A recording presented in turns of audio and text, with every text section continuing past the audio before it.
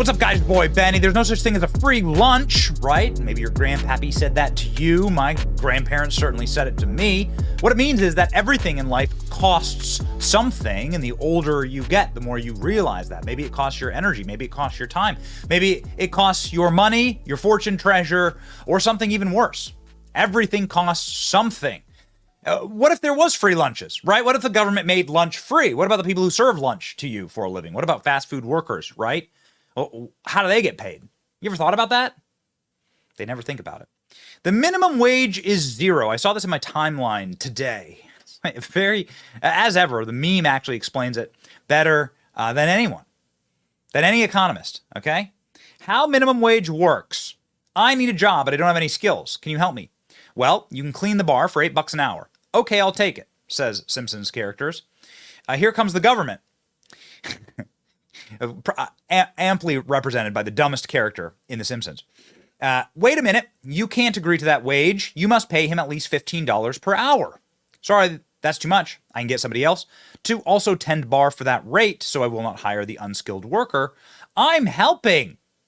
Please help. I'm now homeless because nobody will hire me. This is perfect. This is exactly how wages should work. There should be no minimum wage. The minimum wage should actually be illegal. The entire country actually would benefit from this. And there's a great deal of research that's gone into this. And the workers would actually have more value. And we're starting to learn that. The cost of labor would be more valuable if the government did not shove its fat nose into what businesses must pay their people, which is a private contract, obviously, between businesses and employees. Get a load of this, ladies and gentlemen. California, that just jacked up its minimum wage for fast food workers to an insane $20 an hour. By the way, I worked as a waiter for like $2 an hour. That was my rate. I got tips. Like I know what it's like to make minimum wage below minimum wage. California just jacked up by thousands of percents what I got as a minimum wage, $20 an hour. All right? Okay. So what's happening now? What are the results of that? Does it just mean everyone's super rich and the money's free? No, there's no such thing as a free lunch. Idiots. California fast food restaurants have cut 10,000 jobs thanks to the state's $20 minimum wage, according to trade groups. California's fast food restaurants have slashed nearly 10,000 jobs because of the new $20 minimum wage. Franchises claim that labor costs, of course, have now destroyed the industry. California Business and Industrial Association slammed Democrat Governor Gavin Newsom for pushing through the law that went into effect in April of this year. It's been blamed for shutting down a bunch of chains, including some of the most favorite and storied chains in all of California. California businesses have been under attack for total assault for years, they tell Fox Business. It's just another law that puts business in further jeopardy. Several chains, including McDonald's, Burger King, and even low-cost favorite In-N-Out, have jacked up their prices to try and pay for the new change in expenses. But many are just getting flat out fired, right? If you can't afford the labor, you fire people and replace them with robots. That's exactly what's happening. 10,000 jobs have been cut across fast food industries after Newsom signed the law. This is Gavin Newsom right here in this scenario. And here are the fast food workers in California, out of work and now destitute. And it gets worse. Fast food workers are getting a taste of what higher minimum wage really means, and it's not good. Oh, okay, so you might be making $20 per hour when you were making $15 or $16 per hour. But guess what? You no longer have any workers. You're going to have to do 3 times the work, idiots, because there's no such thing as a free lunch. Like, what do you think? Do you think money's fungible? Do you think that suddenly like everyone's just going to make $20 an hour and like gumdrops and chocolate bunnies? No, they're going to fire everyone. This is what happens when you fire 10,000 workers. Get a load of this. Staff who work at Wendy's, Pizza Hut, Del Taco, Jersey Mike's in the state of California are getting fewer hours or days. So $20 an hour means they're going to work less. You're still going to make the same amount of money.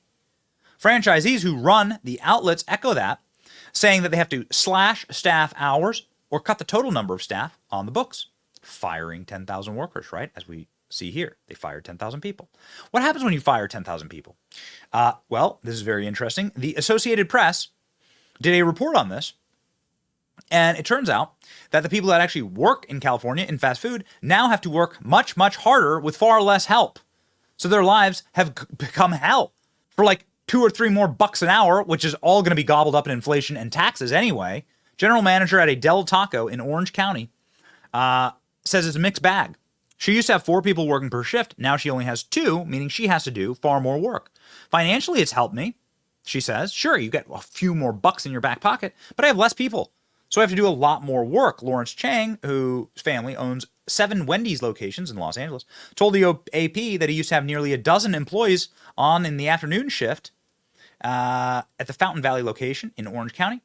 Now he only schedules 7 per shift as he scrambles to absorb the dramatic jump in labor costs after the fast food workers' wage rose. We kind of just cut where we can.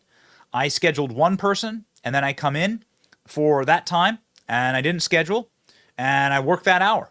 Experts say that it's too early to tell the long-term impact of the wage hike on fast food restaurants and whether there will be widespread layoffs and closures. Oh, really? California and New York doubled their minimum wage previously to $15 compared to the federal level of $7. There should be no minimum wage.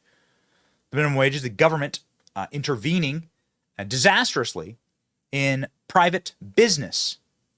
There should, of course, be no income tax for that matter. But don't worry, we're going to change it all. We'll change it all when we're in charge.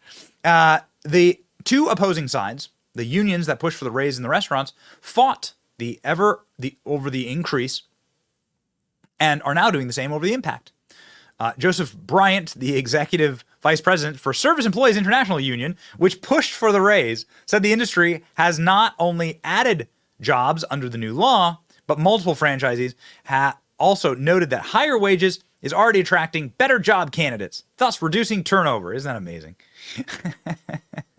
The unions, such morons.